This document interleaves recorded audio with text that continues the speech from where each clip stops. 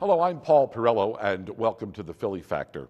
There is a book that is getting critical acclaim right across the board. My guest is getting just as much of that critical acclaim because it is her book. It's her first novel, and we're going to meet her in a moment. I'm going to tell you a little bit about the premise of the book here. First of all, let me give you some of the praise that the book is getting. Lilli de Jong is the name of the book. The Library Journal calls Janet Benton's book a captivating, page-turning, and well-researched novel about the power of a mother's love. Publishers Weekly calls the book a heart-rending debut, and book lists calling Lilli de Jong a harrowing look at the structure of 19th century American society. New York Times bestselling author Christina Baker Klein calls Benton's book beautifully written, emotionally resonant, and psychologically astute. Janet Benton joins us here on this edition of the Philly Factor. And Janet, I'd like to welcome you to the program. When you hear those words of praise from other authors and from these literary organizations whose sole purpose is to read books and critique them and either thumbs up or thumbs down, when you hear, and that's just a sample of the many reviews that are out there, how does that make you feel? It makes me feel good, yeah. I mean, I worked very, very, very hard on this book, and I sacrificed a lot to be able to finish it. So if it wasn't good, I'd be pretty devastated. Yeah, for sure. Yeah. And a lot of authors have gone down that path because they put their blood, sweat, tears, money into a project, and it goes nowhere. I mean, we talked earlier about how much time and effort you put into the project. I've interviewed many authors who've said it wasn't until my 10th manuscript that anyone would even acknowledge the fact that I had this work that was just waiting to be seen. So this is your debut novel. Yes. So did you hit pay dirt in that this was your first manuscript and it sort of got the attention all of a sudden, or was your 5th, 6th, 7th, 8th time before you finally got the attention of a publisher? It's the first novel that I've completed. I've been a writer since I was little. In fact, even before I could write, I was telling stories. Really? I have like some little scrawls of my dad writing down my stories about lollipops chasing bears and all sorts of strange imaginings from my 3-year-old self. Yeah. But no, this was the first novel that I was so deeply committed to that I was willing to spend about 8,000 hours researching and writing it. 8,000 hours. Yeah. Yeah. And so you must have kept track of that time, because it's not like you're just pulling a number out of the air. So you really have kept track of the passion for this project in order to get the finished version that we see here on our table. Yeah, I mean, I worked whenever I could for a long time, bits and pieces here and there, and then as it gained momentum, I started setting aside more chunks of time for it. Sometimes I would go away for the weekend or for a couple of nights and just hole up somewhere and work 16-hour days, several in a row, which is very bad for your body, but good for your manuscript. Yeah. Yeah. I want to get into the writer's process a little bit later in the program, but let's talk a little bit about Lilli de Jong, or Lilli de Jong. And there's really no right way or wrong way to say Lilli's last name, because she is a fictional character. When I started reading the book, I'm thinking, well, did she walk the streets of Germantown, or was she, did she live in Old City back in the 19th century? But she is a fictionalized character, so she's, while much of what she experiences may have occurred to other women at that time, or even today, she is a fictional character. That's right. Yeah. And so tell us a little bit about Lilli. Well, she She started talking to me when I started learning a little bit about unwed mothers and the prejudice that separated them from their infants, and how usually those infants died as a result of prejudice. So she started talking to me as an unwed mother who was under pressure to give up her infant who she loved very much. And so I sort of made decisions about who I needed her to be over the course of a few years. But I decided to make her a Quaker, partly because I wanted her to be from Germantown. I wanted her to be from an old family. When people suffer, we have a tendency to think, you know, what did they do to deserve that? So, and oh good, I'm not going to do that, so I don't have to worry about having that happen to me. I wanted to make her someone you couldn't easily dismiss. So Quakers equally educated girls and boys, which allowed me to have a smart character who could write well. I had her be a teacher, someone considered upright in her community. And I also wanted her to have this inner capacity for certainty, which is what the Quaker faith is based on. This idea that an individual can directly experience their own truth through the contact with the divine. So, which is, you know, they were killed for that in some societies. Sure. But so I'm sure Quakers of, you know, late 1800s Philadelphia wouldn't have said, "Oh, great, you've decided to keep your, you know, your bastard because you have this inner strength." But I wanted her to have a source of inner strength that would give her courage. So she's a woman living in Germantown, 19th century Philadelphia. She gets pregnant. I don't want to minimize, you know, her life, but she gets pregnant, and I would suspect, just based on many of the stories that we have heard, and even what the history has told us, is that women at that time, and even to a certain degree today, not as much as earlier in the you know, the 20th century, but you know, women who were not married get pregnant. They were usually sent away to a nunnery or to a convent because of the embarrassment of being pregnant and not being married. And yet she makes the decision that she's going to keep her child, that she's not going to give up the child for adoption, which may have also been the trend in, you know, early colonial Philadelphia, 18th, 19th, 20th century, and even to a certain degree today. So she is sort of strong in that respect, that she's going to you know, face the odds and face what people are telling her what she needs to do, and she's going to do what she wants to do. Yeah, I wouldn't say it was a trend to keep your baby. It was a very, very difficult path.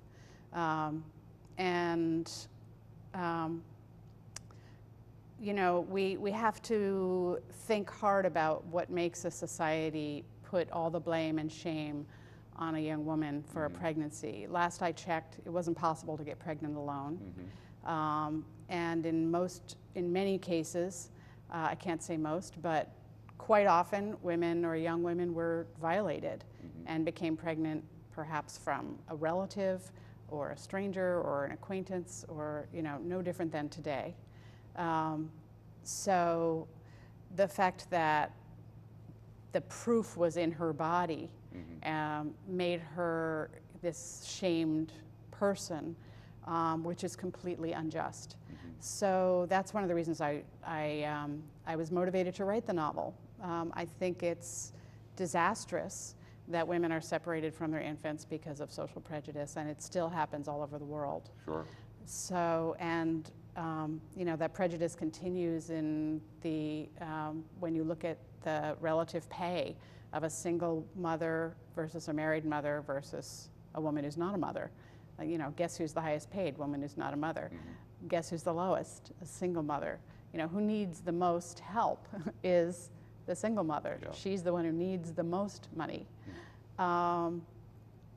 So, yeah, I was motivated by a lot of things in writing the book, but nothing more than my own love for my infant and my respect for women around the world who do what it takes to raise their children under extremely difficult circumstances. You said earlier in the interview that Lilli spoke to you.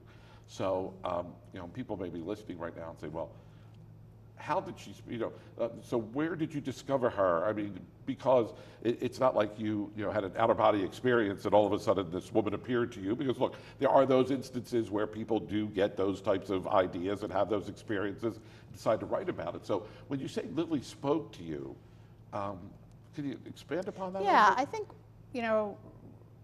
one way that I try to explain what happens in my head is, like, if you've just had and show how really everyone experiences it, is, say you just had an argument with someone, or you're going to have an argument with someone that's really important to you, and you're kind of rehearsing in your head, and words are coming into your head, things you're going to say. That happens to writers all the time. Right. But sometimes it's, if you write fiction, it might be through the voice of a character.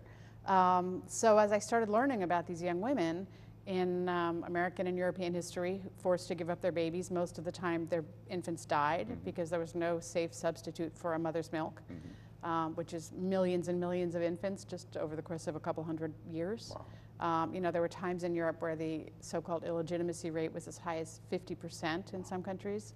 So we're talking about huge, huge, huge numbers of babies separated by prejudice from their mothers who could have kept them alive. Given the subject matter of Lilli's life that you write about, I mean, you as a writer could have chosen many other topics or many other subjects to delve into for your debut novel, but yet I could hear the passion and see the passion in you that you wanted to tell Lilli's story. Were you worried that, given the sensitive nature of what Lilli goes through, were you worried that her story would never see the light of day, and that readers wouldn't embrace what Lilli went through, and that the book would be sitting on a shelf somewhere collecting dust because people didn't want to necessarily delve into what Lilli went through? No. Never. Never. I've been a writer, as I said, for my whole life. I also have been teaching writing for decades. So I know how to marshal the power of the written word to convince people that a story is worth reading and to move them through powerful experiences. And judging from people's responses, I am happy to say that it seems I accomplished that. And I wanted to blast through those very ideas that you're mentioning. What is it really like to be pregnant? What is it really like to give birth? What is it really like to breastfeed? What is it really like to be transformed into a mother? These are extraordinarily powerful experiences, and generally, we get the Hallmark card version of motherhood publicly, and I think, I and many other women are just hit over the head by how profound and difficult it is of a transformation. And how little support we get for the work that literally creates the future. So, yeah, I was motivated by, wanting to put people through a certain kind of a powerful experience and change them. Now, was there any, you said you set this in the 19th century, Germantown. Did you ever, in the process of writing, decide, well, maybe the 21st century might be a little more to the liking of Lilli's story, and that the contemporary version of it would resonate more with readers than perhaps setting it in the 19th century? Well, that may have been the case, but I love Victorian novels, and I love the late 1800s. It's just a time period that really interests me. So for my own sake, I wanted to escape into that place and time. And I wanted to get to know Philadelphia, which I moved to about 20 years ago. I wanted to get to know Philadelphia at a deeper level, and I love the city so much more, having written this book and also worked on some historical documentaries for television about the city. Yeah, I was going to get to that too, but and I think it's amazing when people come to Philadelphia, and most people that I've interviewed, they're transplants here, and they think of themselves then as Philadelphians. Yes. They don't think of coming from Boston or Atlanta or LA. They just morph into this this great tapestry that we have here in Philadelphia. And so has everything that you heard about the city prior to coming here, has the city and its environs pretty much lived up to your expectations? I think what shocks me as someone who grew up, in the outskirts of New York City is how little I ever heard about Philadelphia. Really? When I first came here, my mother's an artist, and she actually had a show at a museum in the city. And I came with her, and we were in Old City, and I was wandering around and just, wow, this place is amazing. Yeah. And then I came with some friends before I moved here, and same feeling, walking around Center City, going to a concert in Rittenhouse Square, driving through so many fascinating neighborhoods, West Philadelphia and Mount Airy and Germantown, and I just thought, wow, why don't people talk about this place more? It's a hidden treasure. Yeah, it really is. You've done a lot of writing. You've written for the Philadelphia Inquirer, just to name one. Has sort of explained the process of writing for newspaper as opposed to writing for a book that is a few hundred pages long. I mean, some people would say, well, if you could write for the newspaper, you could easily write for, you could write a novel, or you could write fiction, or whatever it is you want to do. But are they two different distinct writing styles, and how do you as the writer sort of left brain, right brain, embrace newspaper writing and then go into novel writing? For me, personally, newspaper writing is more about opinions. At least, long ago I was a news reporter, but, in recent years, it's been kind of storytelling that makes a point. Mm-hmm. Whereas fiction is supposed to, at its best, convince through the senses. So while Lilli does have and express ideas, the primary work of fiction is creating scenes that people can believe in, mm-hmm. and creating characters that people can believe in. And the meaning of the story emerges from your incredibly hard work of creating that believable world. So in that sense, newspaper writing is a lot easier. Mm-hmm. You can just say what you mean. Yeah. And I couldn't possibly summarize what my book means. It in and of itself is an experience that you go through. And when you come out at the end of the experience, you have a sense of what it means to you, mm-hmm. But so fiction is, for me, takes a lot longer to craft. And yet, although you're writing fiction, you want to make sure that you get the essence of Germantown, the essence of 19th century Philadelphia down pat. So did you find yourself exploring Germantown, or going back into the archives and looking at what Germantown looked like in the 19th century? Yeah. Reading other articles about that time so you can absorb that information and then put it in Lilli's world? Absolutely, and the same for Rittenhouse Square and other areas downtown. I consulted so many books. And it's wonderful that many people have scanned books from the 1800s, and you can download the entire PDF and read them. So the resources there were incredible, and I also did go to some archives, the Germantown Historical Society. Mm-hmm. Pennsylvania Hospital has an amazing archive that had the records of the unwed mother's home that Lilli goes to. It's based on an actual institution. Another fascinating Philadelphia institution that Lilli has caused to visit several times is Old Blockley, which was the Philadelphia Hospital and Almshouse Complex in West Philly, which is now covered by UPenn and University of Pennsylvania Hospital. It was this vast expanse of swamp and buildings and farming areas, and there was an insane asylum and a nursery, and it was just at times found to be extraordinarily corrupt. It's like reading Pulp Fiction to read about these places. It's amazing. The drama is incredible. How has this experience then with your debut novel shaped you as a writer? Because sometimes people think that, it's just easy to put pen to paper or fingers to keyboard, but when you look back at the whole process now, how has that shaped you for whatever project you're going to embark on next? what it has given me is a sense of an arc. So when I started the novel, I didn't know where it was going. I had some idea at points. It was kind of like a patchwork quilt, putting this over here and this over here. Maybe this will go over here. But now, working on my next novel, I have 3 novels in process, but I've chosen one to focus on now, and it is set in the 21st century.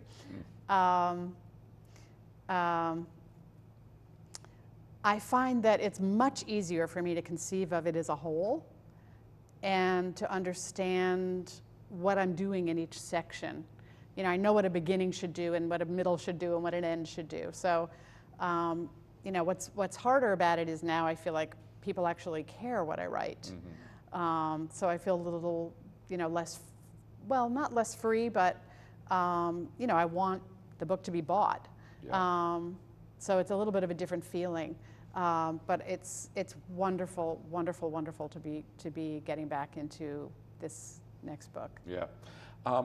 Oftentimes authors, and this is not a general statement, but sometimes authors will find a character, and that character could last 2, 3, 4, 7, 8, 9, 10 books.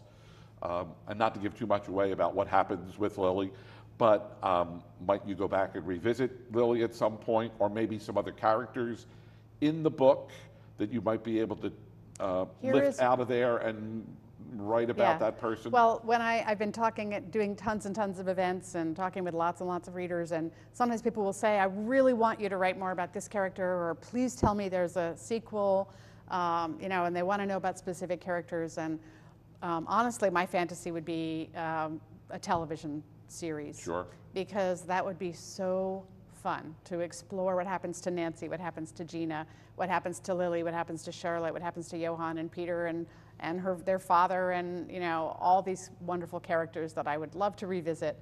But I'm not right now interested in writing another novel about them. And it's no accident that my current novel is set in the 21st century. I'd like to be able to do less research at the moment. Sure. That said, I'm sure I'll dive back into something challenging. Yeah. When you finish the manuscript and you send it to the editor, and they go through it and they make whatever comments, changes, once it gets into the hard back version that we see here on the table, and there's also an audio book that goes, you know, that people could get, as well as a large print version of the book, is it sort of like sending that firstborn off to college because it's no longer in your hands, it's out there for the world to experience? And how does that make you feel that, you know, you talk about people that read the book and they offer up an opinion about this or that, or they like to see this, or why don't you explore this further? I mean, as a writer who literally gave life to this story about Lilli, how does it make you feel now that it's for the world to take? I had a kind of a baptism by fire a couple of years earlier that prepared me well. And it was actually a lot harder than putting this book into the world, which was I had a modern love essay published. And so many strangers were, you know, writing to me, and so many people in different forums and blogs. People wrote blog posts about it, very judgmental about different things in my family and so on. And there was no way to communicate with the readers. But so in that sense, I felt like, you know what, everybody's right. Everybody has a point of view and it's interesting. Then again, some other people just wish you had told their story and they're mad at you because you didn't.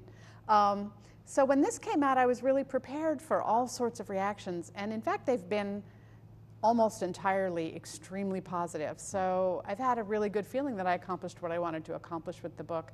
And I've loved talking with readers. Yeah. That's good to hear. What makes then for not just a good story, but a great story? I think a great story is one that will stay with you for a very long time after, and that will transform the way you see human existence. Many people think they have the idea for the next great American novel.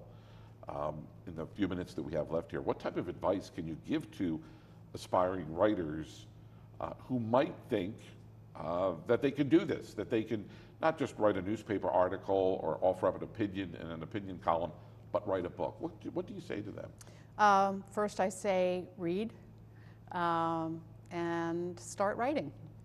And then go get some resources so you can learn more about the craft of writing. The more you can learn about the craft in a conscious way, the less revising and suffering you'll have to do later.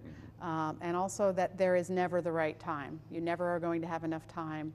You just have to start with, this novel for me started with a minute at a time of just writing a few lines on a scrap of paper and building up some scraps.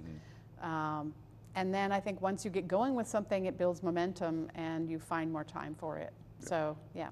You talked about early in our interview about those little stories that you wrote down on, you still have those pieces of paper? I don't. Isn't that sad? Yeah. Yeah, I should have saved them. Yeah, for sure. May have made for a great book somewhere down the line, right?